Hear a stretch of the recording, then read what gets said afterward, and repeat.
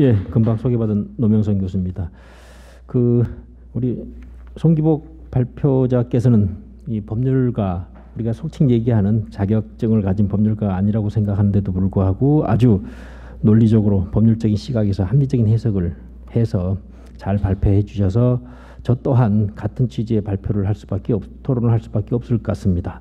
다만 왜 법률가의 자격을 가진 국회의원분들은 왜 모르실까 하는 반박도 좀 해볼 겸 이미 그 경과에 대해서는 다 잘 아시니까요. 그 경과는 생략하기로 하고, 다만 2017년 3월 29일 대통령 인수법에 관한 일부 개정안이 법사위 전체에 상정됐고, 그 전에 우리 존경하는 김진표 의원님 안 등 해서 네 분의 안이 올라가서 사당 원내대표끼리 안행위에서 대안이 가결됐고, 그 대안은 뭐 45일간 국정인수위 하자, 그 다음에 국무총리 서리정 후보자 형태고, 국무총리 서리재판은 제가 공교롭게도 한나라당 현경대 의원 등 155명이 분이 이렇게 했을 때 제가 법무부 법제처 국무총리실 파견검사로서 국무총리 서리는 위원이 아니고 합헌이다라고 반박을 했었던 기억이 있어서 저는 가능하다 하는데, 만약 이게 문제가 돼서 법사위에서 그 위원 시비가 됐다면 요 국무총리 후보자가 국무위원 후보자 추천에 대해서 이게 문제가 된다면 이미 우리 적절히 지적하셨듯이 발표자께서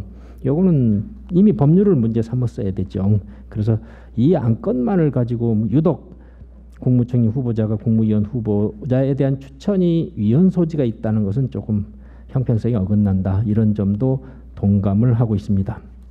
아직도 저는 국무총리 서리가 그게 위헌일까 하는 생각도 하고 있습니다만, 어떻든 그래서 30일 범위 내에서 존속할 수 있다는 것 가지고 또 이거를 이렇게 달리 해석해서 하는 것은 말이 안 되는 거죠. 일단 인수위원 구성이 전제돼야 되는데 현행법상 그게 불가능하다는 건 충분히 아실 거고, 우리 송기복 발표자께서도 아시는데 왜 그분들은 몰랐을까 싶기도 하고요. 죄송합니다. 우리 송기복 교수님은 저하고 친구다 보니까 이렇게 얘기를 자주 하네요. 일단 대법원 판결문 같은 걸 보면 이렇게 그 다수 의견이 나오면 소수 이렇게 보충 의견이 있어요. 그래서 저도 몇 가지 보충 의견을 말씀드리면서 이론적 실무적인 배경에서 찬성한다. 그리고 적극적으로 국정인수법 이거 개정안밖에는 달리 대안이 없다, 이런 말씀을 드리고 싶어요.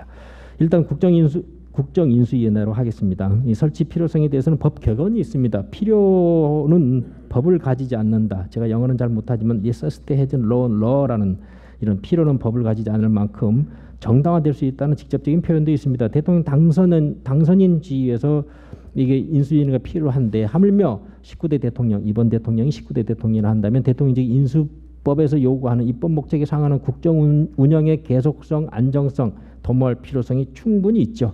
그래서 대통령직의 수행 경험이 없고 또 공직생활을 해보지 않은 당선인 입장에서는 더욱 그 필요성이 있는 겁니다. 역대 지방자치단체장들 5회, 6회 동시선거에서 그 당선되신 분들 인수위원회 개최 실적을 봤더니 오히려 그 정권 교체할 때, 여기서 정권 교체라는 건 단체장이 같은 정당에 당선이 되신 분하고 그 다음에 다른 정당에 당선이 되신 분 간에는 거의 상대가 안 될 만큼 그 정권 교체 시 단체장이 다른 정당이 되셨을 때 인수위원회를 꼭 구성했더라고요.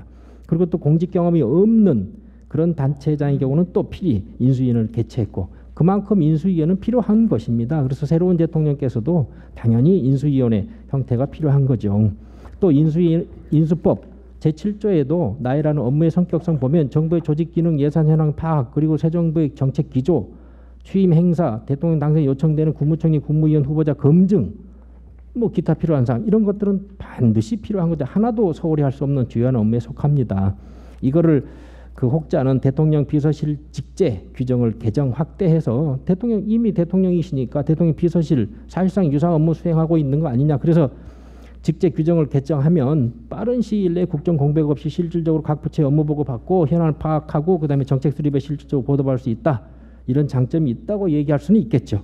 그런데 대통령 인수위원회하고 비서실은 성격이 다릅니다. 대통령직 인수위원회는 민의의 수렴, 정부 조직의 개편 이런 업무를 총괄할 뿐만 아니라 또 지난 정부의 업적을 평가해서 정부 조직도 개편도 해야 되고 때에 따라서는 민간 전문위원, 자문위원 대거 참여해야 된다는 현실적인 필요성이 있는 겁니다. 그래서 대통령 비서실 조직만 가지고는 일부 업무가 중복되거나 유사하다 해서 필요 없다 이렇게 할 수는 없을 것 같아요. 그래서 그것만 가지고 안 되고, 다만 이제 별도의 국정인수위원회 조직을 두게 되면 새로운 대통령께서는 이제 비서실 직원도 있고 국정인수위원회 조직도 있으니까 업무가 중복돼서 출범 초기부터 각 부처의 업무 부담이 가중될 거 아니냐. 또 우리 공무원들이 굉장히 영특해가지고 인수위원회 보고하는 거하고 대통령 비서실에 보고하는 거 어느 거에 중점을 둘까요? 인수위원회는 한시적인 거고 대통령 비서실은 중장기적이니까 아마 영특한 공무원들은 비서실에 착착착 잘 보고할 거예요. 그리고 인수위원회는 유명무실해야 될 거 아니냐. 이런 억측도 있을 수 있지만 혼내면 됩니다. 그리고 당분간 비서실 직원들 조금 참으라 하고 국정인수위원회 대통령 비서실 또는 뭐 이 법적 성격이 전혀 다르고 또 현실적으로 보니까요. 인수위원회는 그동안 5개 내지 9개 분과로 나누었는데 사실은 공약사항 이것들 대충 보면 대통령 후보 시절 때 말씀하신 것부터 순간 대통령 당선되시면서 나라의 책임을 받는 대통령이 되시면 이게 좀 달라지더라고요. 그래서 공약이라고 말씀 많이 하는데요. 대통령 후보 때 하셨던 말씀하고 대통령이 되시면 책임 있는 나라를 움직이는 약속 이거는 다른 겁니다. 그래서 비서실만 가지고 안 되고 인수위 조직을 가서 다양한 민간의 전문위원들 의견을 받아들여야죠. 실제 사례를 보니까요. 김영삼 정부 때 91명의 인수위원이었는데 김대중 정부 새로운 정권이 출범하면서 208명이었어요. 208명. 그리고 이명박 정부 때도 그 전보다 그러니까 박근혜 정부 때는 150명 정도인데 이명박 정부 때는 또 정권이 넘어가면서 183명. 그러니까 정권 교체기에는 인원이 많았고요. 그리고 업무 분담 굉장히 5개 내지 9개 분야로 나누어서 실질적으로 일을 했더라고요. 그리고 노무현 정부 때는 이런 그 기존의 247명의 정부 그 위원들 말고 인수위원 말고 780여 명의 전문가들을 또 모아서 708명 모아서 각계의 다양한 목소리를 들었습니다. 그래서 정책개발위원 창구로 활용했거든요. 그래서 비서실 조직만 가지고 안 된다. 또 더 나아가 더 중요한 거는 지난 정부에 대한 평가를 해야 됩니다. 저희가. 그래서 민간 중심의 정부 성과 측정 이게 꼭 필요한 것이기 때문에 기존의 공무원 조직 특히 비서실 조직만 가지고 안 된다. 그래서 민간 전문가의 참여와 확대가 필수적이라는 점에서 인수위원회 구성은 현실적 필요성을 절감하고 있다. 이건 아마 다른 당에서도 어느 정도 공감하고 있는 것 같아요. 또 한편으로 대통령 비서실의 국민 대통합위원회 같은 대통령 소속 별도위원회 형식도 둘 수 있지 않냐 하는 얘기를 할 수 있어요. 장점도 있어요. 대통령 인수위원회를 둬가지고 상대적으로 이렇게 대통령 취임하신 후에도 계속 대통령의 기본 정책을 일관성 있게 추진할 수 있는 장점도 있긴 있습니다. 또 그리고요. 요것 때문에 제가 자료를 못 드렸는데요. 박근혜 정부 때 보니까 인수위원회 위원장 하신 분은 총리 사퇴를 하시고 인수위원회 부위원장 하신 분은 복지부 장관 하시고 인수위원회 수석 대변은 또 홍보수석실 대변 하시고 기획조정 강간은 국정기획 수석하시고 경제수석 비서관 하시고 국방부 장관, 외부 장관, 국토부 장관, 법률비서관 다 했더라고요.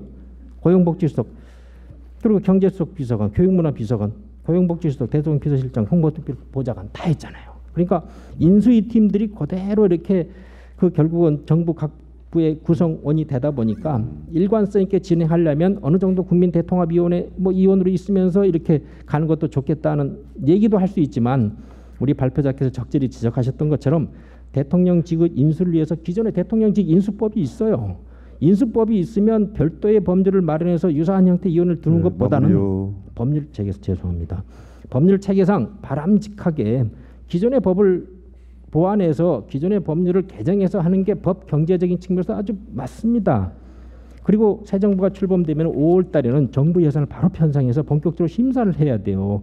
이런 정책평가나 대안이 전혀 마련되지 않은 상태에서 지금 바로 예산 심사를 해야 되는데 기존의 완고한 공적인 조작 이게 저도 수사권 문제 나오면 악착같이 그 검찰 수사권 경찰 넘어가는 거 반대하고 있기 때문에 좀 창피하긴 한데요. 예. 기존의 완강한 어떤 공적인 조직만 가지고 모자랍니다. 끝으로 죄송합니다.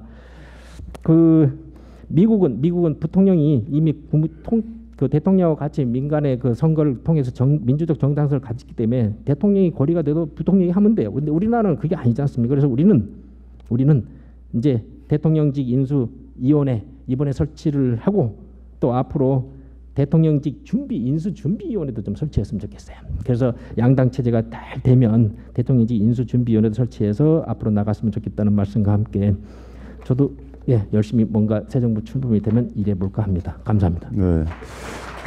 저 인수위원회가